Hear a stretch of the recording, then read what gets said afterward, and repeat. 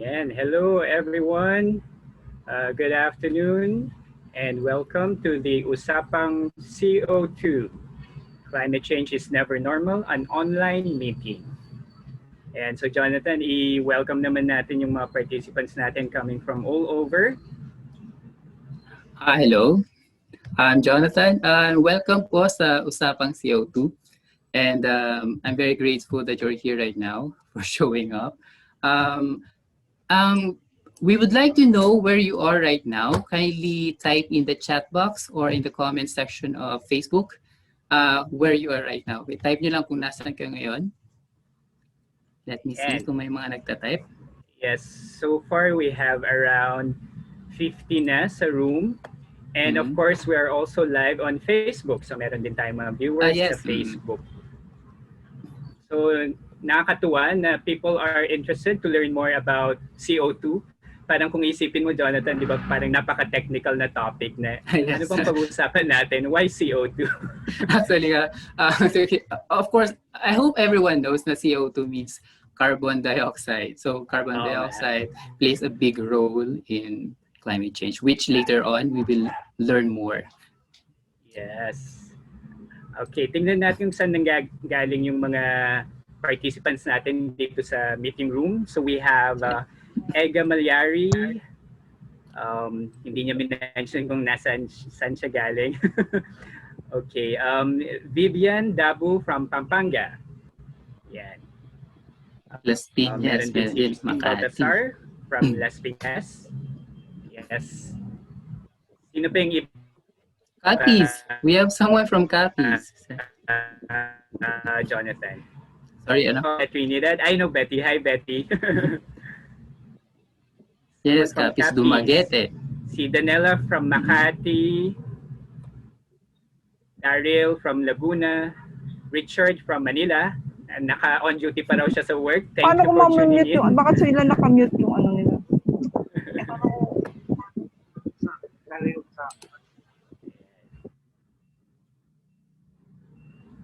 Okay, and we also have Riel from Makati.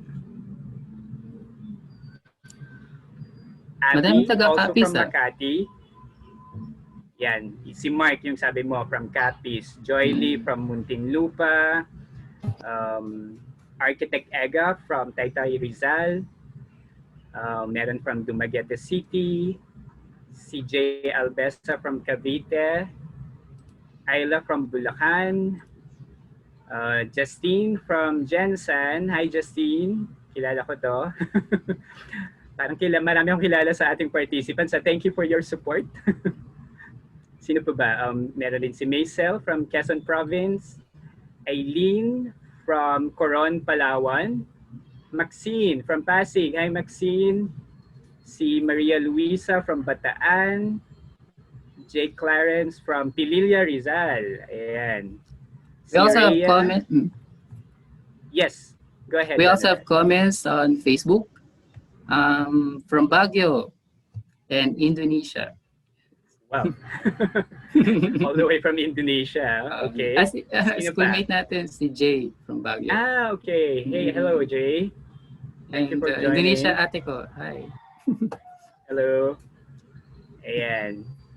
So back to the room, si Rhea Jean from Agusan, si Erza from Davao, Stephanie from Parañaque, Ralph from Cavite, Sherwin from Las Piñas, Andrew from Cebu, April May from Laguna, si Mark Nel Venus from Capiz, Erica from Las Piñas, Franz Luis from Las Piñas, si George from Las Piñas. Wow, mukhang isang pamilya from Las Piñas. And another one from Capiz, si Mark Nel. Ayan, so yung mga participants natin from all over. So it's thank you so much for making time to join us for our webinar for today. So Jonathan, ano ba yung pinanggalingan nito? Paano nag-umpisa? Parang actually for your information, si Jonathan yung nag-pitch yung sa topic natin for today. Bakit mo ba naisipan na pag-usapan natin ang CO2 or carbon dioxide. Thank you, Ryan. To give you a background about Pesopad, okay. Actually, Pesopad.com was actually set up during the onset of the ECQ. Now, being fairly new in the finance industry, I found myself in a dilemma. Paano ba ako magiging significant amidst all these great financial advisors out there? Then, some of you might also are wondering why a financial advisor like me is promoting a cause such as sustainability. My answer to that is, what good is all the money in the world if someday our children and the children of our children would have to spend their wealth on fixing a damaged, irreparable earth?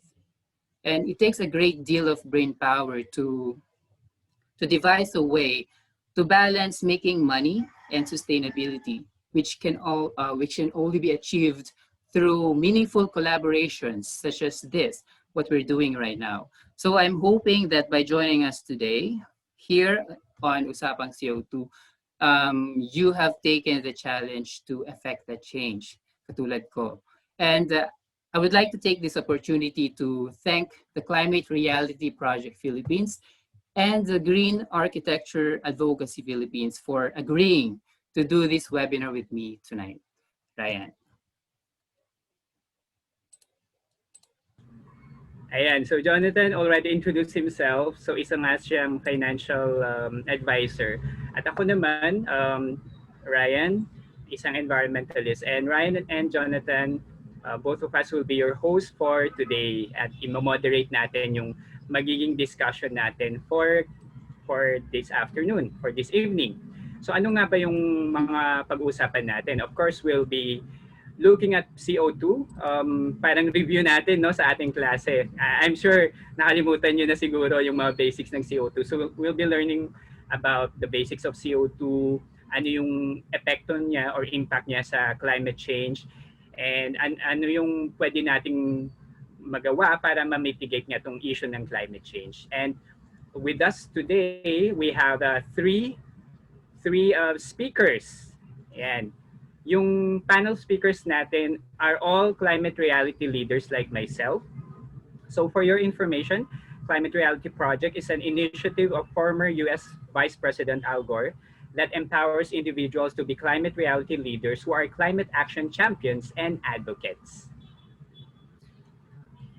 And without further ado, let me introduce our first speaker. Freddie is the principal architect of AB Bautista Architectural Services. Freddie is a green architect and is the deputy chairperson, program director of Green Architecture Advocacy Philippines. To kick off our Usapang CO2, let us welcome architect Freddie. All right. Thank you, Ryan, my fellow climate reality leader and mentor. Thank you, Jonathan, for the introduction. It's a privilege to be here in this meeting, Usapan CO2. Okay, so let's start it off.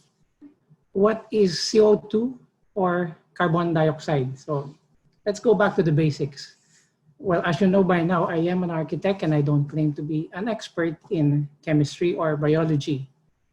But this is something that each and everyone should be refreshed, as it is something we do on a normal basis. Okay. In fact, it's too normal that we get to neglect it. Okay. It's a life essential. Otherwise, we will be what? 6 feet under. So we all know that we breathe oxygen. So can we have the slide in? So there you see it. Okay. So after breathing in, we exhale. Okay, what do we exhale? Okay, that's carbon dioxide. Okay, so what is CO2? It is a chemical composition made of 1 part carbon and 2 parts oxygen. So makikita nyo yan sa slide. Okay, there you go. The atom of an oxygen, dalawa sila, and the carbon. All right. So kaya sila naging CO2. So now, why are we talking about CO2? Okay, because it is everywhere and it's present in practically all the things that we do. Okay, and being such, it affects our climate. And what happens if it affects our climate. Ultimately, it affects us. Okay. Now, para klaro tayo, no? Well, it is not a bad thing. Okay. See, in fact, CO2 is very crucial to life as well. Okay, hindi lang oxygen. Okay, remember we inhale oxygen. Okay, well, where do we get it? Okay, how is it produced? We now go to the carbon cycle. Okay, so here you'll see the image of the carbon cycle. Okay, the carbon cycle basically is a series of cyclic events happening between living organisms and our environment. Okay, it is nature's way of reusing carbon in different geographical locations. Okay, so may ikot lang yan talaga. No? So it's part of life talaga. Okay, the cycle, how does it start? Now, the cycle starts when carbon dioxide goes through the process of respiration and combustion. Medyo nagiging technical, ano? But just so you'll have an idea, all right? Respiration is the process which living organisms release energy, while combustion is the process of burning, okay? Now, when these two happens, both results in the release of CO2 or carbon dioxide. Okay, so that's the first step. All right. After CO2 is released, ito na yung second step, into the air, the photosynthetic process follows. This is how CO2 is processed by the plants for energy and their own production. I'm sure you're all familiar with the process of photosynthesis, diba? When you were taught in biology, okay? This is how the plants and trees absorb CO2 and produce what? Yung ini-inhale natin, which is the oxygen that we breathe, okay? So, parang nagtuturo ako ng biology, ano? Anyway, so after that, what happens? Okay, the third step. Following the food chain, okay, the carbon compounds present in the plants are passed on to the animals, livestock, and even us. Okay, so you see the cycle. So lahat yan may carbon compound, pati tayo. Right? So we eat the plants, the animals eat the plants, and even the carnivorous animals, they eat the same, no? So saan pinanggagalingan din? So eventually, umiikot din. It ends up to everybody for health also, right? Finally, okay, the carbon moves on after decomposition, okay? So CO2 is produced and is a byproduct of decomposition, right? So lahat yan, well, when we all go, okay, where do we go? Down under, of course, we will decompose and die, and then we will be again, be part of nature, okay, as we are even now, okay? So just to note, there are two types of carbon cycling that we call. There is the short term and the long term. Generally, the short term occurs in the biosphere, okay? The atmosphere and even the marine ecosystem where CO2 is produced faster, okay? Right, so ito yung mga regular everyday events that happens. Okay? Now, the long-term cycle, okay, is the one that produces the fossil fuels like crude oil and coal. Okay, this process even takes millions of years. Okay, ito yung matagal. Tapos, what happens, ini-extract lang natin, no, yung mga fossil fuels. Okay? So that is, okay, the carbon cycle. Okay? Now, just to emphasize, okay, on how important it is, okay. Again, we ask, why is carbon important? Okay, number one, okay, given the carbon cycle, we can see that one way or another, okay, living organisms are made up of carbon, and that includes us. Okay, it is part of life's process. And that's how important it is. Okay, it is a life essential. Without it, wala rin. walang living thing na mabubuhay. Right? Next is the ecological balance. Okay.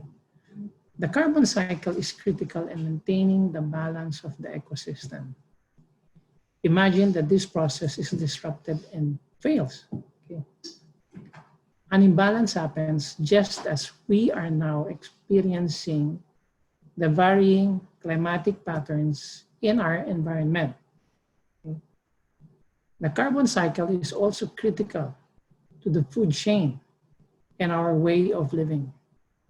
This is also why plants and trees are important in maintaining ecological balance. Okay. They are very good in carbon sequestration, rather, just as healthy soils are. Okay. So imagine, imagine a property or a development without open spaces, without plants. Okay. Madalas nangyayari yan, no offense to the developers, but this is one thing that they should look into very well.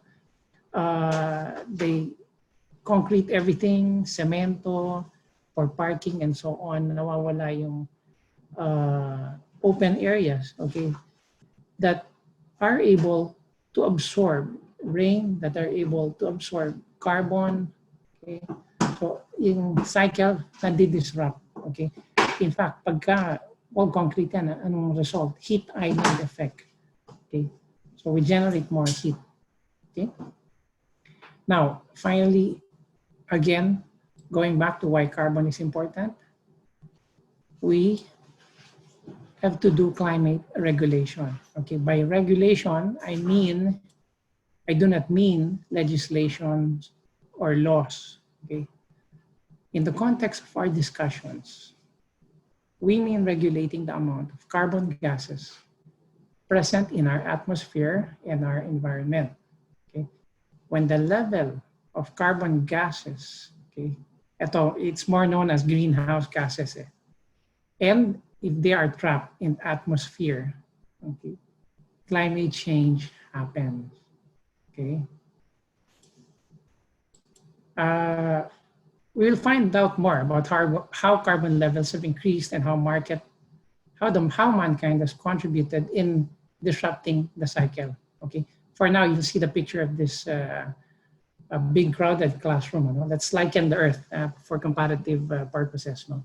Let's liken the Earth as one big crowded classroom, like most public schools in the Philippines are. No? Okay, so ang sikip niya, kitang-kita sila dyan. No? If the classroom is poorly ventilated, okay, be it air-conditioned or otherwise, having it over its occupancy levels will be detrimental to everybody's health. Okay. Having so much students, for example, exhaling CO2 and inhaling minimal oxygen coupled with the same CO2, this can lead to a host of health problems. Okay. And ano nangyayari? Okay. So, maaring magkaroon ka ng drowsiness, headaches, heavy breathing, respiratory problems, and at worst, contagious diseases can be passed on. Okay. In architecture, we classify this as the sick building syndrome. Okay. So, ang nangyayari kasi nga, may problema ang ventilating system. So, this is also true in hospitals. Right? Pag ang hospital, hindi maganda yung mechanical systems nila, madaling umikot ang airborne bacteria. So you have to be mindful of that. Diba? Hindi nyo napapansin yan. Eh. Right? Akala natin naka-aircon tayo, okay na tayo. You have to check very well the circulation, okay, the ventilation. So again, like we say, that's why we need to regulate carbon also. Right? So it has to be balanced. So, yun ang isa nating kailangan ma-achieve. Okay? All right. Now, how do we do this balancing act? All right. By now, you will realize, okay, that we as individuals play a great role in the carbon cycle or life's process. Okay, that's right, huh? Each and every one of us. Okay, not only the industries and other big companies. Hindi natin pwede sila sisihin palagi. Kasi the industries are just actually fulfilling our needs, our demands. But of course, with a profit. Okay? Yun ang difference doon. Okay? But what drives them to make profit? It's also us. Okay? We create the demand. Okay? And each of us, okay, by doing so, leaves a footprint with the steps that we make. Okay? And I don't mean the physical marks. It is the amount of carbon you release for every action that you do. And this is what your carbon footprint. Okay? So, lahat tayo may carbon footprint. Lahat tayo may contribution. Okay? Sa environment. Okay? Take driving. Driving the car, for example. Okay? Every time we drive around or travel, okay, we burn fuel and emit. What do we emit? Yung usok niyan, yung carbon monoxide. Okay? Makikita nyo, hindi na dioxide, carbon monoxide. Carbon monoxide is an even more toxic gas. Okay? So oxygen and carbon combined, isang element lang ng carbon, ng oxygen. And you get carbon monoxide, mas potent. Okay? So, looking beyond that, how did your fuel get to the gasoline stations where you refueled? Okay? So, and where, again, and where were these fuels even processed and extracted? So, imagine the amount of energy that went into its production. Okay? Ang tawag dito is embodied energy. Embodied energy is the amount of energy, okay, utilized to produce a particular item. Okay? Kaya lahat ng hawak natin may embodied energy yan. Okay? Everything that we use on a daily basis has its own embodied energy. Okay? When we use our lights and air conditioners, we use electricity, which is supplied by the power companies. Okay? How does it get to you? More energy, of course. The more we use water, the more we consume energy to get this to our taps or faucets. Not to mention that we go deeper into consuming our dwindling freshwater resource. So even your basic cell phone contributes to your own carbon footprint. Okay? Dami, di ba? Alright? Kala nyo, simple lang. Pero marami tayong effect sa environment. Okay? So while we might not have direct control on the manufacturing or production side of these items, we can help by reducing our carbon footprint. Okay? We can use or manage our actions to reduce demand and the need for items that are beyond what we require. Okay? So this is sort, maybe we can call it frugal living. Okay? Okay. So yan kung ano lang yung kailangan natin. All right. So after me, our colleagues will show you our, how best to achieve helping out with their own carbon footprint. Now, I just want to touch a bit on how we as architects contribute on mitigating climate change. Okay, and this is first and foremost, as designers, we educate our clients. Okay, sila yung ultimate users ng ginagawa namin, no? They will be the ones living there. So we teach them on how to best achieve a healthy environment and an efficient structure. Okay, we make sure that the benefits redound to them by applying the principles of green and sustainable design. Yan, makikita niyo yung slide natin dyan. All right. Our organization, okay, the Green Architecture Advocacy Philippines has been at the forefront of promoting sustainable development of the built environment by taking action and educating professionals in various fields. Okay, you may check out our FB page also to know more of our activities. We have webinars every now and then. So it will be good if you can follow us as well. Okay, so going back to green and sustainable design, some of these include passive design. Okay, so next slide, please. Okay, so passive design covers natural ventilation, lighting, proper sun and wind orientation, and so on. So there are a lot of factors, you know. And then whenever possible, next slide, we use renewable energy. Okay, so what are these? This will be the solar, wind, and even hydropower. Okay. And then material specifications. When we get materials, okay, as much as possible, we see to it that these are low in VOC. What are VOC? Yung volatile organic compounds, yung hindi toxic. Like paints, for example. Once this is paint, mapapansin yung ang tapang niya ng amoy. Okay, the water-based are good also. But again, paint companies have been reviewing this so that they will be considered green also. And then, as I mentioned earlier, we consider materials that have low embodied energy so that they will be more efficient to use as well. Okay, so these are just some insights, sorry, on how we architects can influence the way we live and do things through our designs. However, in the end, every individual is still responsible for reducing his carbon footprint through the steps we make. And now our friends will show you how you can. Maraming salamat po and good evening.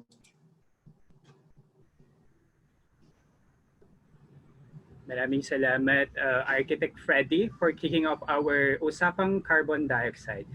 So, Jonathan, parang bumalik tayo sa classroom, no?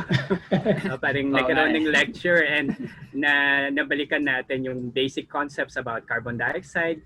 Ngayon, parang when we talk about carbon dioxide, it's all evil, di ba? Pero from what Freddy said, it's actually, it's natural. It's not part of the environment. Kailangan natin to for survival.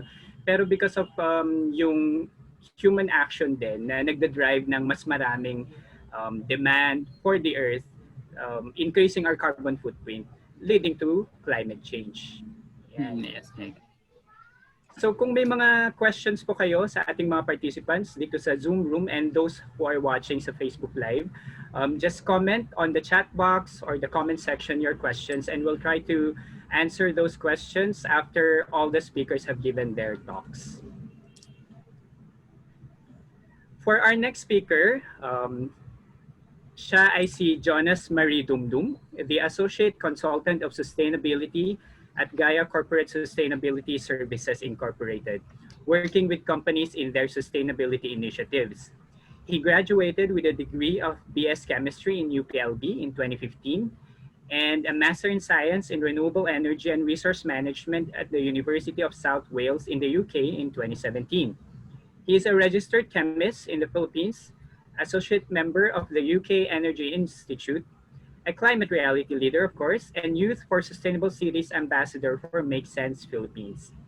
On the side, he is a co-host and head of research for the Sustainarumble podcast, resident scientist for the social enterprise Salin PH, and consultant to the sustainable fashion NGO Wear Forward. He's also a renewable energy, waste management, and environmental sustainability advocate. To discuss the impacts of climate change and street smart climate solutions, let's give it up for JM. JM, take it away. Thank you, Ryan, and good afternoon to everyone. Actually, good evening, not to everyone. I'll just share my screen so that we can begin. Okay.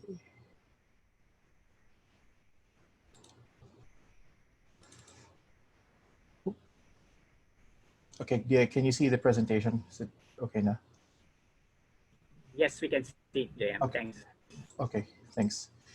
So actually, I made a minor change. I said impacts of CO2 and street smart solutions to climate change in the Philippines would be the title that I would be doing. I mean, the topic that I'll be presenting this evening. Hi everyone, my name is Jonas, and I'll be veering away a bit to the basics and the architecture parts of climate change, and show you how we see climate change in terms of a bit more of the science, the hard sciences, and the business perspective. So, if you may or may not know, uh, climate change has been a very important topic in terms of the economy. According to the World Economic Forum in their Global Risks Report published this year, the top 5 most likely risks in the world for the next 10 years are all environmental. So you have extreme weather, climate action failure, natural disaster, biodiversity loss, and human-made environmental disasters. So these are all related to climate change. And this is scary because the business community has yet to fully transition itself or fully adapt or mitigate itself to climate change impacts. And nakakatakot yun kasi kahit dito sa Pilipinas, you won't really see much climate-related initiatives yet from big companies as well as SMEs. If you want to look at impact, the top one is still climate action failure. So if we don't act in the next 10 years, it will really hit us, and it will really hit us hard. No? Para tayong bubugbugin ng climate change if we don't act now by 2030. And paano yung Pilipinas in terms of global risks? So there is a report that was made by an NGO called German Watch, where in 2018 they said that the Philippines is the most or second most affected country in the world in terms of climate change, right after Japan. And it makes sense because of physical climate change effects. So you got your increased rainfall, increased possibility of drought, increased typhoons, and stronger typhoons. We might get less typhoons by the time we reach 2030, but we're going to have more signal number 5 and above storms. And it's scary kasi economic-wise, it is predicted by the Asian Development Bank way back in 2009, and this was cited actually by the Philippine Climate Change Commission, that our total GDP by the year 2100, we'd have already lost 6% based on what we call the business as usual scenario, or in climate speak, it's actually called an RCP 8.5. What does that mean? It means that if we don't do anything, alaki talaga ng bawas ng total GDP natin in terms of the economy. And where will it hit the most? It will definitely hit us the most in agriculture. We are still considered as an agricultural country, and climate change, both in the physical sense and the transition sense, will definitely impact the Philippine economy in terms of in the agricultural sector. How much? By 2.2%. 2.2%. I mean, 2.2% may be small, but if you consider the size of the agricultural sector in the Philippines, that's already significant. Ibig sabihin, by 2100, maraming maapektuhan na magsasaka. Maraming magugutom because we don't have food security anymore. Maraming malulugi na businesses na related sa pagkain, sa agrikultura, etc. So nakakatakot talaga yung epekto ng climate change, tsaka yung epekto ng pagkadami-dami na CO2 sa ating sa ating mundo. At hindi lang naman economic ang tinitignan ng mga eksperto, no. We also have to look at it in terms of health impacts. And what are the most common health impacts? All those that are related to waterborne diseases such as diarrhea, dengue, cholera, typhoid, flu. We could actually put in COVID-19 because COVID-19 is a type of flu. I mean, the cousin of the flu, it's a coronavirus. So, pagdating ng 2100, expect something like this to happen, what we're experiencing right now, becoming more frequent. And again, that is very, very scary. And it's been shown actually by the World Health Organization that women and children are the most susceptible to climate change impacts in the long term, which makes sense because historically, women and children are more prone to getting sick. If I may add, also senior citizens would also be highly susceptible to climate change. It's not just the waterborne diseases. You expect more possibilities of hypertension, stroke, etc. Kasi mainit lang talaga sa labas. So, again, very, very scary. So how do countries tackle the situation? In the countries through the Paris Agreement, I believe this one is COP21, proposed solutions or their contributions to reduce climate change impacts, preferably reducing the global temperature of at least 2 degrees Celsius. Right now, actually, there is a movement to reduce the global temperature to 1.5 degrees Celsius, but it remains to be seen if countries would be able to commit to that. The Philippines has committed to a 2-degree scenario, which I'll explain later. So what's inside an intended nationally determined contribution, or are countries committed not to reduce climate change impacts? So it contains a reference here, what's the year where we can really start saying that we've reduced by X percent of CO2 contribution? The time frame, basically from now until when?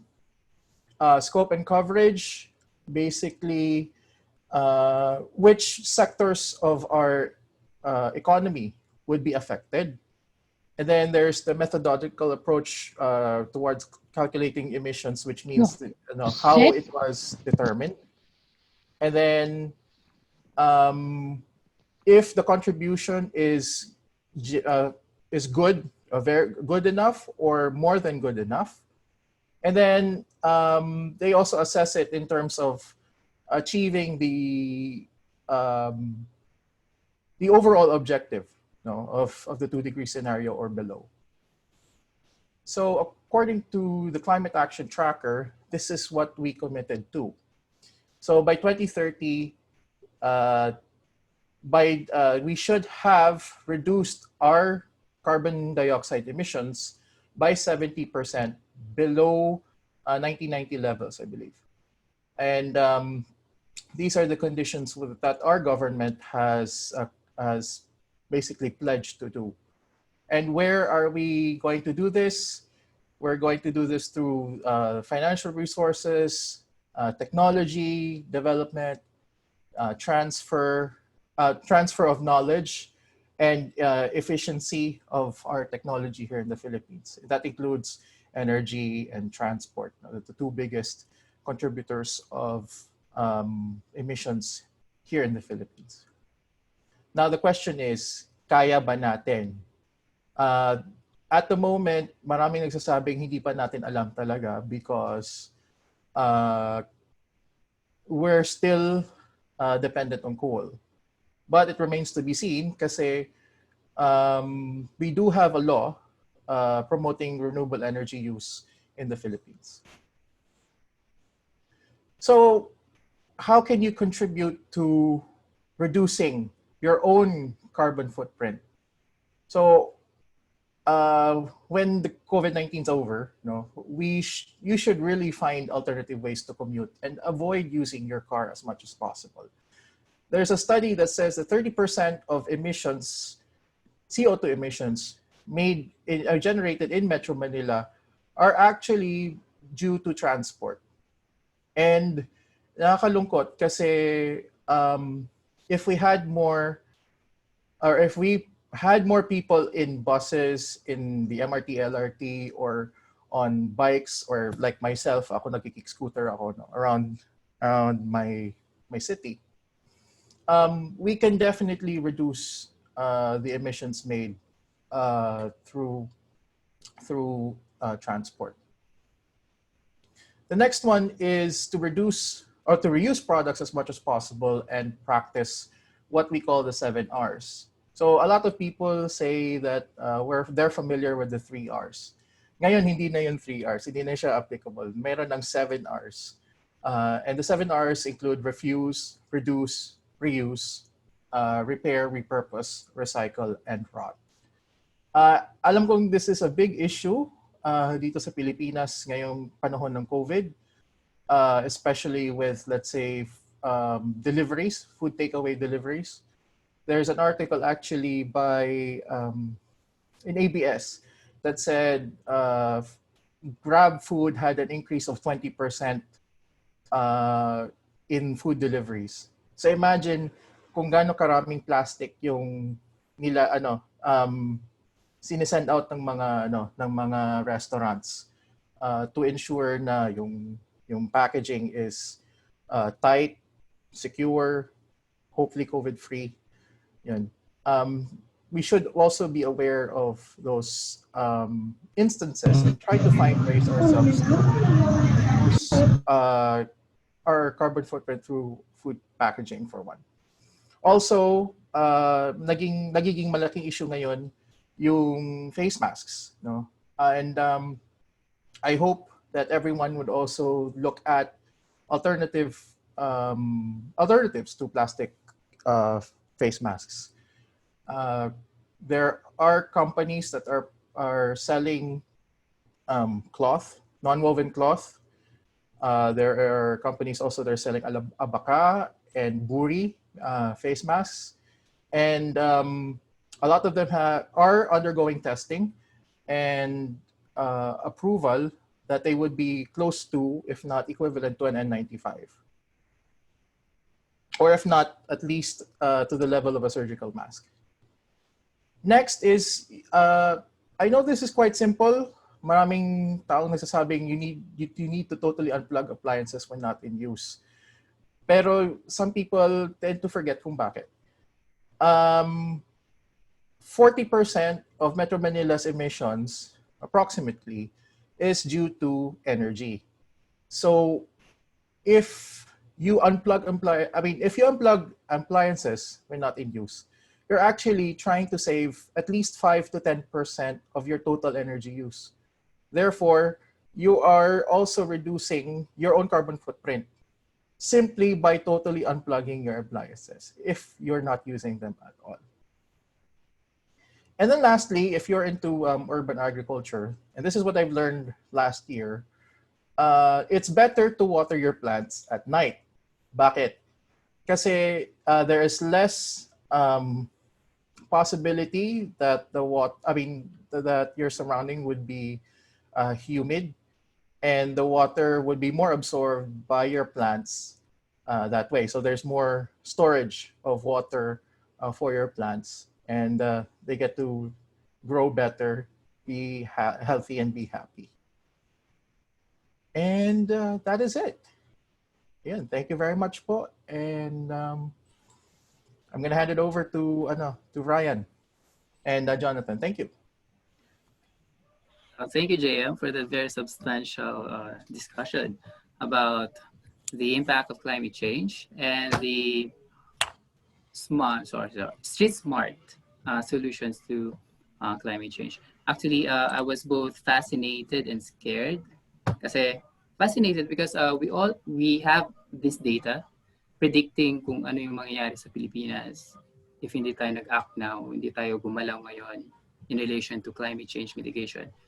I think the point there is kailangan talaga nating magtulungan. And yung latter part ng discussion niya is mga parang simple na matagal na natin yung napapakinggan actually, and sometimes we really do forget. So it's just a matter of commitment, actually, commitment to helping mitigate climate change.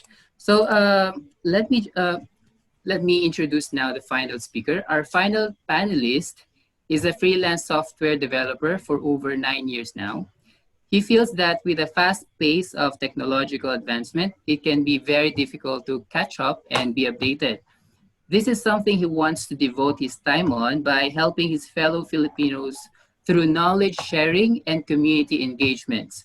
To talk about technology, to talk about how technology can be used to solve the climate crisis, let's give the floor to Mike. Hello, everyone. It is a pleasure to be part of this webinar on CO2. Thank you so much, Jonathan and Ryan, for inviting us. And okay, so I'll present our topic. All right. I just want to share with all of you the carbon footprint being the carbon footprint being contributed from the IT industry. Okay, so first of all, the use of electronics is a way of our life. We use laptops for work, cell phone to communicate with others. We use a lot of gadgets, electronic gadgets to communicate and do productivity. So whether in school, work, or leisure, whether we do it, whether we use technology to do our work or we play, we use for gaming. Okay. So these gadgets are actually consuming a lot of electricity. And what more of big servers and data centers? So what you're looking now is one of the biggest supercomputers in the United States, hosted by NASA, no? The space agency of the US. So data centers like this consumes a lot of electricity. So according to a report on Reuters, the computing industry contributes 2% of the global carbon emissions, similar to the global aviation industry. So imagine, okay, imagine that the computing industry, contributes the same level with those or in the airline industry. And if we imagine the contribution of these devices in 2015 in a research done by Ericsson, most carbon footprints came from user device, like what we're using now, like cell phones, smartphones, desktops, laptops, name it, everything. And some of them are also came from networking devices to provide connection, and data centers as well. Data centers like the ones hosting our data, servers that are hosting a lots of information and connecting with uh, other gadgets are consuming a lot or are contributing a lot of these carbon dioxide footprints and other services as well. So according to the study, this will increase from 1.1 to 1.6% in 2017 to 3 to 3.6% by 2020. No, these CO2 emissions or even other greenhouse gas emissions, and 40% of the 2016 level will increase later on by 2040. And smartphones specifically are seen to be will contribute for more than 11% more than individual contributions of desktops, laptops, and displays. So imagine that smartphones nowadays are very can be used by anyone. Smartphones are becoming more affordable. Some people own more than one smartphone. Yeah, because one smartphone per network, I suppose. And there are a lot of things that can be done using smartphones or desktops or laptops that can be done conveniently using smartphones. And for the ICT infrastructure, data centers are being identified as having the largest culprit, then followed by communication networks. Okay. So in respond to this this problem, the International Telecommunications Commission created guidelines to address the problem of greenhouse gas emissions in the ICT sector by publishing this guideline called ITUL 1470. Okay, so this is in response to it will comply to the Paris Agreement, okay, on the climate change. So, knowing this stuff, since all of us, I think, are using electronic gadgets in our way of life, and knowing that this contributes a lot in the carbon dioxide emissions and other greenhouse emissions. So the question is, what are we doing now, right? That's a very, very big question. And with that, I am looking forward with our discussions later on, Jonathan, Ryan, Architect Fred, JM, for a wonderful discussion about CO2. Okay? With that, thank you so much again for listening and looking forward for the discussion.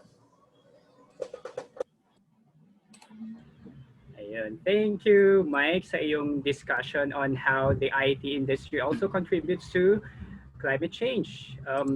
It's very interesting, no, na based on what Mike said, and also based on some documentaries I saw, na maging yung yung mga online files natin, us having a lot of digital files, actually contribute to climate change, no? Kasi syempre hindi lang siya nasa cloud na sinasabi natin. It also requires a lot of hardware para ma-maintain ang lahat ng information na ito. So that's also something we should think about. So once again, thank you so much to our panelists, kay Architect Freddy, kay JM at Mike. And now we'll proceed to the Q&A portion where we can entertain some of your questions. So if you have any question, pwede nyong i-type dito sa ating chat box. Those who are watching on Facebook Live, you may also type them sa comment section. Yung mga nandito sa Zoom room, if you want to ask your questions personally, you can raise your hand and we can acknowledge you para you can actually ask your question. Actually, Ryan, meron dito sa chat boxes, chat box na collect ko na. Yung first is, I don't know kung kanino galing. Should you read it or ako? Ikaw na. Sige, go ahead, Jonathan. You read the first question. Sige. How do you assess the government's response to this carbon dioxide concern?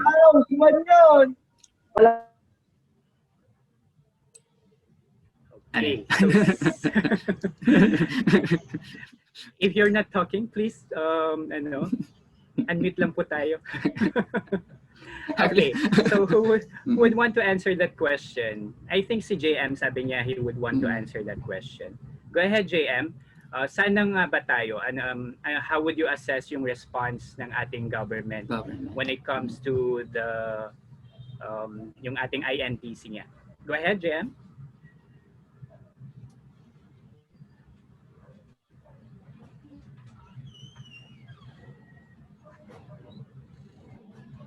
Wala pa ata si JM, JM. are you there? Ayan, yan. Ayan, mukhang nawala si JM. Connecting to JM, are you back? Hi, sorry. Ayun. I had some technical problems. Yes. So where were we? It's okay. There was a question. JM, go ahead, Jonathan. There was a question directed to you, I think. How do you assess the government's response to this carbon dioxide concern? Right. Okay.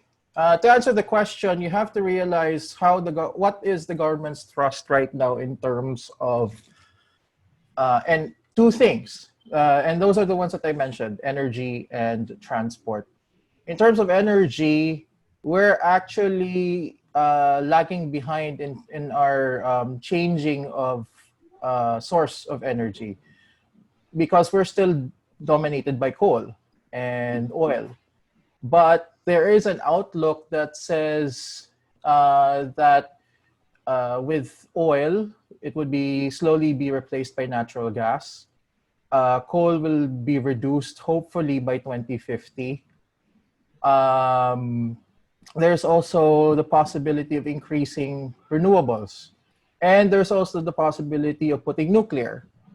With the nuclear part, I'm not so sure if it could help in reducing climate change impacts due to its very not so good activity. But hopefully we could be able to arrest that in terms if we just really look at things and reduce just coal at the very least.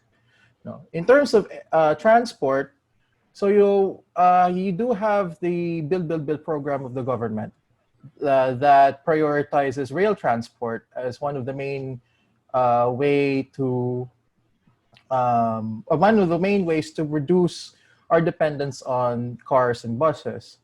And we are also leaning towards the electrification of our jeepneys. No? So the PUV modernization law hopefully will help both jeepney drivers as well as the environment.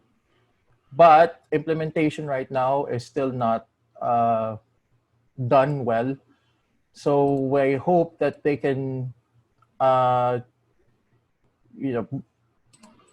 find a solution that can benefit all the stakeholders in that law. So yeah. Thank you, JM. We have a lot of questions coming in sa ating chat box. But let me read one question from Joyce Hill. Sabi niya, ano po kaya yung mga possible designs we can request our architects para magkaroon ng passive lighting or cooling yung infrastructures na ipapagawa? So I guess this question is directed to our architect Freddy. And then after the response, nag-raise ng hand si Kat. So Kat, you may ask your question after the response. Go, Freddy. Yeah, okay. Thank you for the question, Joyce Hill. Basically, in terms of design, as we said, we green architects start off as early as during the design process. Okay, there's this misconception always that green architecture is expensive. Okay, but mind you, when we start using practical green and doing the basics, okay, of applying passive design, okay, you might not need to go too far, okay, and apply all the technologies, okay. So this is the one that really ups the costs, okay. But then again, all of this are we're not against technology. In fact, the technologies help out efficiency. As far as efficiency, this is what helps out a lot. But again, we can start off by doing passive design. So we start off with natural lighting, natural ventilation, and you do this by properly orienting it to the northeast, north, south, and east and west way of planning. Okay, and then we consider the wind patterns also. We take advantage of the amihan and the habagat. Okay, so these are the principles that we apply for applying this design. Okay, one major consideration, though, okay, that contributes to energy consumption. Okay, I'd like to veer away a bit, no? Kasi ito yung medyo concern natin. There, look at the proportion, okay, of the existing buildings, okay, against the new structures that will be coming up. So, syempre, mas marami yung existing buildings, right? Go to any country, any town, okay, mas marami yung lumang buildings. Imagine how efficient or inefficient these are, okay? Look at the mechanical systems, the air conditioning systems. At kumaga, i-compare mo sa mga lumang kotse, these are the gas guzzlers. Okay? Sila yung kumukonsumo ng malakas sa kuryente. So, ideally, if we can do some audit, okay, for efficiency of the different existing buildings, you can start off probably with the government buildings instead of putting up new ones. Okay, we can restore these buildings, repurpose it, and then it can serve even as a tourist spot. It's the image of the that particular town. Okay, it carries in yung historical importance niya is retained. Okay, so these are the ways of how we can repurpose building by maintaining the old ones, okay, and making it more efficient. Okay, so I hope I've answered your question, Joyce. Also, thank you. Thank you, Architect Freddy. Now, Kat, would you like to ask your question? So you can unmute yourself and ask your question. Yes, okay. Can you hear me? Yes, we can Now? hear you. Go ahead, Go ahead. Kat. Yeah. I just want to say something about how the government is responding to climate change. I think all of you are familiar with the Climate Change Commission, the CCC. Yes. And I think this is the government bureaucracy in charge of implementing climate change strategies and our commitment to the Paris Agreement. Now, who are the members of this climate change commission? I think it is up for us, for this group of us, really to exert influence or pressure on this CCC for them to do their work. Do they really understand what climate change is, what you have described regarding its effect to the environment and everything? Or are they just giving manhood and apple pie statements regarding climate change? I think this is the government bureaucracy that we must bombard on what have they done, in order to fulfill our objectives, for example, our intended nationally contribution to climate change. Now, another thing is power development plan of the Philippines and the Philippine Energy Plan of the DOE. All of them are coal, coal, coal, and coal. And the renewable energy law is failure because how much renewable energy are there in the power development plan or in the Philippine energy plan? So I think we have to have kind of advocacy the same way with green architecture to really pressure the government, the bureaucracy, and to let our voices heard as far as what have the CCC done. Okay, I think that's enough. Ayan. Thank you, Kat, for your insights. So kanina nga, it was mentioned how we each have to do our part pero I also agree with Kat that all the different agencies from private sectors, individuals, and especially the government should also do their part. So tama nga na we should also put pressure on government agencies. And ito pong usapang ito is one way of really bringing the conversation out in the public kasi pag minsan this is something na we don't really talk about. So thank you so much for taking interest and for advocating for the environment and for climate. Yan. Jonathan, may question yata tayo for Mike.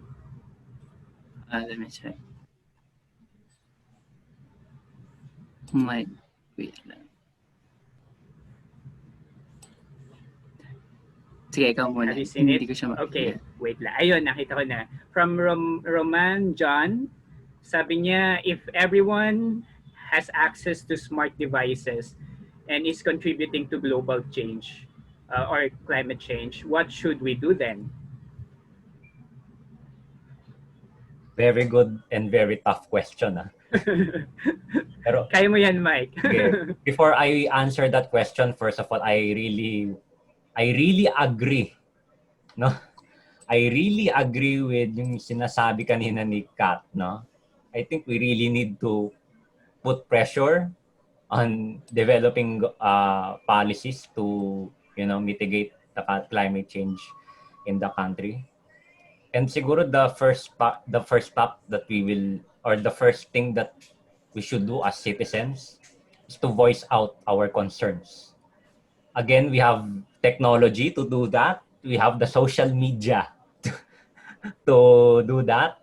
And most importantly, guys, no, in the upcoming 2022 elections, that's where we need to decide, ayan, to vote, no, for the mitigation of this climate change. Now, to answer the question earlier, now if all of us are using technology devices and this contributed to the climate change, maybe first of all we need to be mindful of some technologies that we are using, if they are really compliant or not, like that.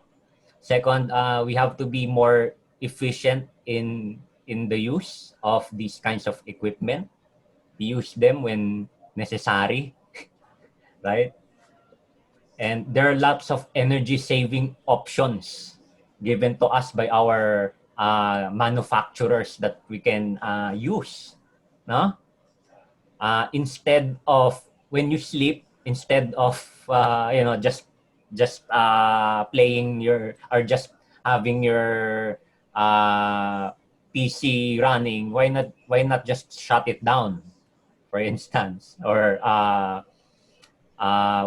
turn off equipment if you're not actually using it. So these are the simple steps that you can think about before, to save energy, for instance. Yeah. Thank you. We just have one comment here, I think from Roman John. Hi guys, the Environment Management Bureau, DNR, lead agency for environmental monitoring, are now opening the environmental data assets. That is a comment. Does Mr. RJ Ronald want to expound more on this? Hi.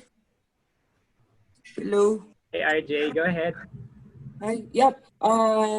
Recently, this month, or probably last month, they revamped the website, and then we are now seeing the datasets for envi related monitoring of our country. So it's a good thing for us to see those monitoring data because dati we still requesting it to them and to show it on public or probably by official letter pa, but now they are now releasing it on the website, so you can check on the website and see those open source data na sinishare nila. But definitely if you're looking for air pollution. So they are sharing some, but it's on annual reading. So naka-annual average na siya. So, and we really need to trust the government, and we also as an individual do our own share things in terms of climate change. And to add lang po dun sa sinabi ni Sir Michael with regarding paano ba tayo makakatulong in terms pabawasin yung carbon emission ng mga mobile phone. So tama po yun. We should be very mindful on the products that we are buying and using. So kung kayang isa lang, isa na lang. And then we should we must consider those mobile phones na nag-undergo ng life cycle assessment analysis, because they are considering the life cycle of yung mobile phone, and possibly meron silang mga logo for eco something certification from different envy organization globally. So be mindful on checking on that logo, and then so I think one of the great phones na na very known, they are doing it na. And then so everything is a trade-off. So, those phones are really expensive, but they are investing para maging global, and by sustainability yung mga products nila. So, possibly, kaya sila mahal. So, so that's the thing that I can share with you guys. And, thank you. Thank you, Sir Thank RJ. you, RJ. Jonathan, I think we have one question na I think this is meant for JM. Sure. Question from Reggie Chan. What can the developed countries contribute to sustainable growth for less developed countries?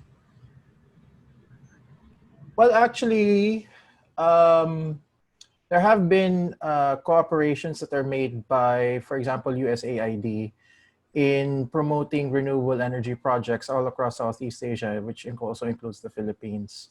So there are grants that are given to renewable energy projects here in the Philippines. And it's not just USAID, there's also ADB, there's also the World Bank through the International Finance Corporation, and these are all grants. There's also the Green Climate Fund that is run by international organizations as well. So I think it's still under World Bank. And the ones that are implementing or initially deciding which projects would move forward here in the Philippines are actually two banks, Land Bank and DBP. So if you have an idea that is possible to be funded by the GCF, you can actually tap both agencies.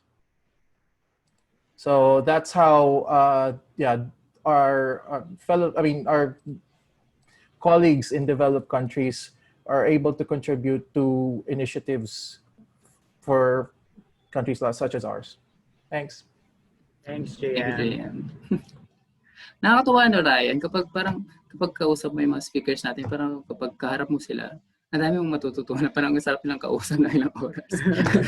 Yeah, so we should do more of this, no? So I guess because of the pandemic, nagkaroon ng nung dami-daming webinars, and we should take that as an opportunity to learn more about these many different issues. I agree. Jonathan, I think my question for architect. Yes, for architect Freddy, is using container vans environmentally sustainable? Practical din ba in tropical countries? Salamat. Yeah, okay. All right. First things first. Okay. Container vans. Obviously, this has been used for cargo already. Okay. And the first test, it passes one of the 7 R's that JM mentioned earlier. Repurpose and restoration. Okay. Now, it can be practical, yes. There has been a wave of uses that has been adopted in different countries and even here, okay? And it gets to be practical. Maybe, in fact, some of our colleagues utilize this as an emergency, a rapid response center for the COVID patients, okay? And these are already set up in I think somewhere at the heart center in Manila, or the lung center in Quezon City. No? And that's one of the many uses. Okay, now as far as practicality in terms of us being a country in the tropical areas, okay, of course you will need to introduce some support for it to make it less well heat absorbent in terms of heat, no, and yes, this can be applied. Then technology, you can apply it as well. In fact, even in the States and the European countries, there has been a growing trend for tiny houses, okay? And these are more practical, but they are not necessarily low-cost housing, okay? But it can lead to frugal living, okay? You know, the biggest thing as far as climate change, okay? How come we're all here, okay, in this stage? Because of abuse on how we made use of the natural resources, okay, made use of the nature, inabuso na natin lahat, okay. So this is what we're talking about as far as carbon footprint is concerned. Let's live only, okay, with what we need, okay. Let's not abuse, let's take care of the environment, okay. So everything that you do, every step that you make, okay, dapat nakaalalay tayo, okay. So only what is practical and only what is necessary, and that's sustainable and frugal living. So yes, maybe the container vans are there, and again, you can reuse it, repurpose it, and do some other practical implements that will make it more livable. Thank you. Thank Thank you, you, Sir Freddy. Architect Freddy. Jonathan, may question for Mike. Meron ba tayong recycling plan for electronic waste? Yung type na recycling where you extract base metals. So do you have any idea, Mike? Honestly, wala. Wala. I'm not aware of any recycling. Yun na nga eh, no? Sana nga may ganitong technology na we have a recycling plant for this electronic device. Kasi nga, yung problem,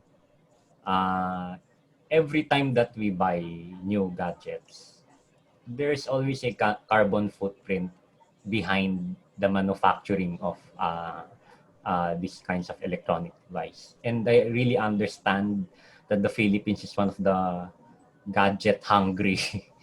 Yeah. Ano tayo eh, talagang sabik na sabik tayo dito, no? That we really want a new model for cell phone, you know, a new laptop, no? Ang daming pag lumabas bili agad, ganun tayo eh. We have this kind of culture, ano? That we buy new dapat hindi tayo mahuli. And the problem with the waste generated, saan napupunta, no? Kaya nga dun sa Japan, kung if you're aware, kung naririnig ninyo, mayroon tinatawag na Japan surplus. So most likely, yung mga gamit na dun sa Japan, pinadadala na dito. Kaya binibenta sa mas murang halaga. So that's how they do it, no? And hindi lang dyan, ano, may mga, when we say electronic waste, yung kunyari, yung mga IC natin, yung mga integrated, yung mga circuits natin, may mga maliliit pa dyan na mga, ano eh, mga, kung ano mga bakal dyan na we really don't know the characteristic that might add to the pollution if we just discarded it recklessly. Kaya, siguro, for those sa inyong lahat who's listening right now, make sure that you dispose your electronic wastes or electronic devices properly. So, in a special way, manner. Hindi lang siya biodegradable and degradable lang. Kung meron pang sa pang category for that, aside from kung merong category for the infectious waste, kunyari mga syringe, hand gloves, ano yung tawag dito? Face mask, like that. So, dapat meron din sa pang-category for the electronic waste. So yun, to answer the question, wala pa ako talagang alam. Yeah. Hi, Thank Sir you. Michael. Sorry po to butt in. I will help po, Sir Michael. Actually, tama naman po yung sinabi ni Sir Michael in terms of classification of waste. Hindi lang yan basta nabubulok at di nabubulok. There are a lot of classification of waste based on our law, the RA 6969, na implemented din po ni EMB-DNR. And to answer the questions po nung kanina, yes, we have.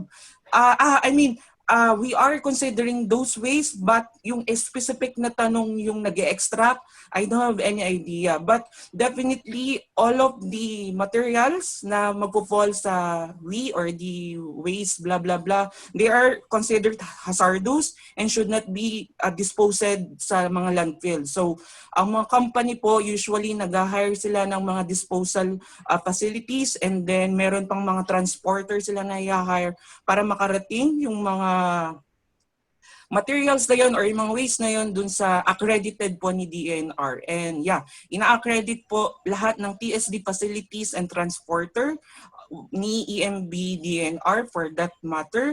And then once they are being accredited, so pwede na nilang i-offer yung service nila, and then sila na yung bahala dun sa mga waste nyo. So meron lang silang hinihingi sa inyo ng mga special form like manifesto of your waste and blah, blah, blah, blah. So, and you can also check that on the EMB DNR to know the process.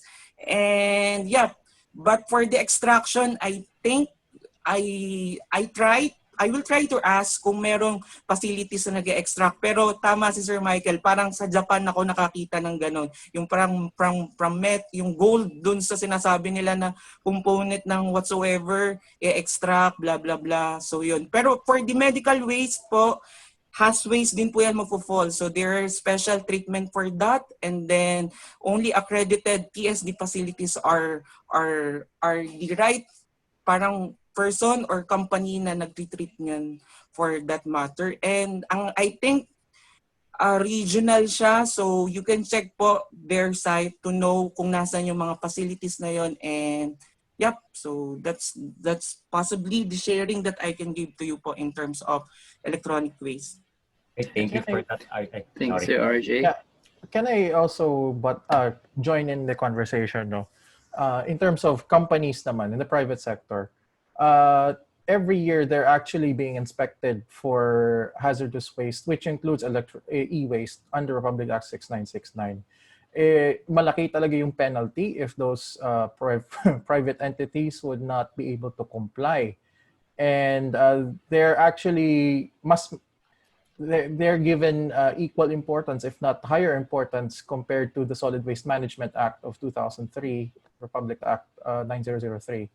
So in terms of haz waste and e-waste, as far as I know, in terms of the private sector, it's not a really big issue. The bigger issue actually is solid waste. Like plastics and all. So as to the technology, I would defer to EMB because I think there is a processing facility for e-waste, because e-waste also includes diba? Solar panels. Yeah, PCB. I think they have one project for PCB, but for specific na e-waste, I don't know po if meron, but possibly baka. And yeah, tama po si Sir. In terms of storage, mahigpit sila dyan for haz waste. So I think for a company, you should parang depende kung ano yung classification mo. So I think kung mga 6 months yung storage, they stipulated that on the law, and then if you violated it, you will be punished on it. So tama po, for the industry, walang problema dyan kasi nagko-comply naman sila. The big problem would be on the user. I mean, kunyari ako, may mobile phone, where do I dispose this phone if sira na siya or ayaw ko na siyang gamitin? So dyan nababalik po yung social corporate responsibilities ng mga binili yung phone. So sa Europe, ginagawa na nila yan. So meron silang buyback program, so you can bigay mo lang yung phone dun sa facilities na tinatanggap nila and then bahala sila mag-dispose for that kasi they are requiring that on the phone na papasok sa bansa nila. So sa atin, we are still possibly looking on that policy na magawa, but definitely our policy must be amended and then should be more implemented wisely in terms of e-waste and everything. So yeah. So yun po on my side lang. And then you can always check EMB DNR website. There are a lot of changes and cool infographics. Last na nakita ko meron dyan sa Hasway. So possibly you can check their site para makita niyo din po yung ginagawa ng gobyerno in terms of our waste and everything na ginagawa nila there. So thank you po. Thank you, RJ. Ryan, we are having a very interesting discussion here, and I'm very thankful that we have someone from the government and the private sector to share their sides, diba? Ang ganda ng usapan Honestly, niya. I am not na po from the government. I used to be, so but now I'm on freelance thing, you know. Oh, I see. Thank you, sir. Everything on yung You used sinabi ko to is be a part of personal suggestion. EMB. Yeah, I used to be former technical staff of EMB DNR Central Office. Kaya medyo related ako for some of the insights. And then, syempre, nilalike ko yung pages nila sa website. So nakikita ko yung improvement and then the changes na very exciting. And we are all looking forward kasi doon. Kasi we, as individual, yun naman yung gusto natin makita on our government sector. They are doing something. We just need to trust and possibly help them and to support them in terms of their initiative. We agree. Well May said, add lang ako. RJ. May add lang ako sandali. Go Ito, ahead, Mike. okay. Alam mo, thank you RJ tsaka JM for that insight. Ito na napapansin ko. Kasi siguro we can segregate our waste sa biodegradable, non-biodegradable, infectious, hazardous, ganyan. Ang question ko lang naman no matter how hard you are segregating your waste, paano kung ilalagay naman ng LGU mo sa isang garbage truck lahat ng mga sinegregate mong waste, di ba? So yun lang yung tanong ko din. With that, I could say that it's been a very, very tough initiative to follow when segregating wastes, especially at the source, as stipulated actually by Republic Act 9003. And it's been a concern actually even by DENR standards, that some of our LGUs are not implementing their solid waste management plan properly, or they're just doing it for the sake of compliance because there is a penalty that is attached to that LGU if they don't have a solid waste management plan. So, yung iba doon, for the sake na meron, ma-avoid lang yung pero in reality, they have yet to implement it properly. Of course, and I won't say kung how many percent of our LGUs are doing this, but that law has been there since 2003 again, and ano nangyari? Tsaka talagang nagmanifest na siya ngayon panahon ng COVID na paano yung pag-segregate natin ng face mask if it has waste. Ayun. Thank you. Napaka-rich ng ating discussion, Yes. Jonathan. Oo nga. There are a lot of questions sa ating box, and I'm glad na some of the people are actually also answering yung Yes. mga questions natin. Unfortunately, we cannot entertain all the questions, and I think magpo-proceed na tayo sa ating final words from all our panel speakers. Closing statements, final words talaga. Closing statements, I should say. Closing statements starting from Architect Freddy. Okay, hindi naman to seniority, Okay. Anyway. Hindi naman masyado. All right, just for me, a few pointers for our participants. Again, thank you for joining us, and thank you for having me here, Ryan and Jonathan. It's a pleasure to be with you guys. Okay. Now, for our participants and for everybody, first things first, let's acknowledge that we are one with nature. Okay. We are part of nature, and we can benefit only if we give back and take care of her. Everything else follows. Okay. We have to change our mindset. Okay. You have to initiate, you share what you've learned tonight. Okay. Educate. Okay. Hindi pwedeng sa atin lang eh. So, you are yourself an advocate. Okay. Let's share and share. Okay. Review your environment, create healthy living spaces, connect with nature, respect it. Okay. We are one with nature because we are nature. Thank you, po. Thank you, Architect Freddy. Now, can we hear from JM? Okay. First of all, I'd like to say three things lang no, that come up into mind. First of all, dun sa sinabi ni Ms. Tatlong Hari, I also would like to associate with your sentiments kanina when it comes to action of the government. It's honestly, I would say that we're still very, very slow, but we need the push. We all need the push to get there. To the whatever target that we set or whatever commitment that we set, hopefully we can really achieve it in 10 years time, because that's what we actually committed to. Secondly, yeah, Jonathan and Ryan, thank you very much for inviting me to this very, very interesting talk. It's always refreshing to talk about CO2 problems, climate change problems, to a very interesting crowd. And also to Freddie and Mike, grabe. I also learned from you guys.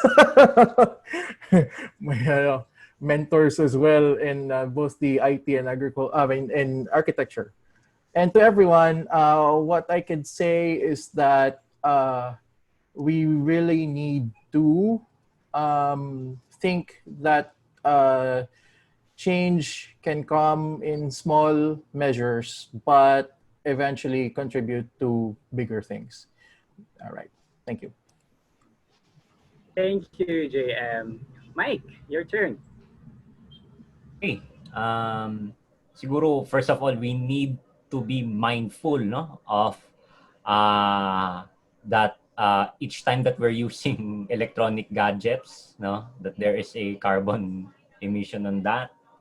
Especially when we buy new gadgets, there's always a carbon footprint behind manufacturing these gadgets. Para lang siyang kumakain ka ng beef ng baka, no?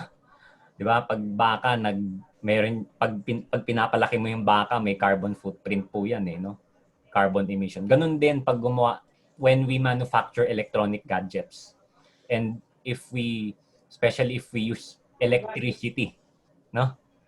Ako sa inyo guys, with the problem of climate change happening on our society, on our country, let's use our gadgets na rin, no? Let's use the power of gadgets, the power of technology, the power of social media to air our concerns, to air our frustration of what is happening in our environment. Siguro that will be the best the best thing that we can do. And sa darating na 2022, tama ba? Tama, no? 2022. Siguro let's exercise the most powerful weapon, or the powerful weapon we have as Filipino citizens, to vote for the right people that will protect our environment, that will make the Philippines a sustainable nation, 'di ba? And yun lang, no? Sana we use technology for the good, tech for good, use technology for good. Ayan, no? Thank you RJ as well to in sharing your insights as well. Thank you Ryan and Jonathan for inviting us. And to Architect Freddy and to JM, I also learned a lot as well from you guys. Bumalik po ako sa pagkabata nung nalaman ko yung mga carbon dioxide na yan. And this night is very educational night for all of us. Very fruitful, no? We learned something new. We discussed. Ang galing. Congratulations to all of you. Thank you so much, Mike. Jonathan, ikaw, meron kang masasabi? Ang dami nilang ang ganda ng insights, ang ganda ng mga lessons learned. And where do we go from here, di ba? Na-mention na lahat kanina, we start by raising awareness about all these things. We learn about these issues so that we can do something. And then once we know, of course, dapat pagpatuloy natin yung change of mindsets, change of behavior. We do what we can in whatever capacity we have wherever we are. Palagi ko ang sinasabi yan. Pero of course, kailangan din nating i-pressure ang ating government and private corporations sa kanilang responsibility for promoting environmentalism sa mga policies, sa ating mga production methods and all that. Ikaw, Jonas, ano masasabi mo? Firstly, I would like to thank everyone, Mike, Sir Freddy, JM, Ryan, and all the participants for making this webinar very fruitful and very interesting, actually. I've learned so much from this webinar, actually, from all of you. And it makes me realize na mga simpleng bagay like disposal ng cellphone, it's very simple, disposal ng cellphone. And it led us to a very long conversation kanina, which means maybe it came to a point na hindi na simple yung problema natin sa climate change. So, kailangan na talaga nating mag-act now. At ngayon yung oras na kailangan nating gumawa. Hindi natin kailangang sumali. I mean, there are a lot of schools of thought tungkol sa pagiging environmentally aware. So, pero actually, pwede naman tayo maging responsible environmentally sa mga sarili natin paraan. Like, for example, myself, finance and environment seems hindi masyadong connect. But actually, there is a way na pwede mong ipag-connect yan. Yung career mo and environmentalism, there's a way para i-connect yan. There's always a way. And as I said a while ago, it's through collaborations such as this na magkakaroon tayo ng pagbabago. Ryan. Ayan. Thank you so much. And that has been Usapang Carbon Dioxide, brought to you by PesoPod, the Climate Reality Project Philippines, and Green Architecture Advocacy Philippines. To learn more about our initiatives at para ipagpatuloy natin yung conversation, sana hindi dito mag-end. You can reach out to us through our social media pages, through Facebook, through email, and I hope tuloy-tuloy lang natin yung magawain natin para sa kalikasan. Magandang gabi everyone, and keep safe, keep healthy. Bye!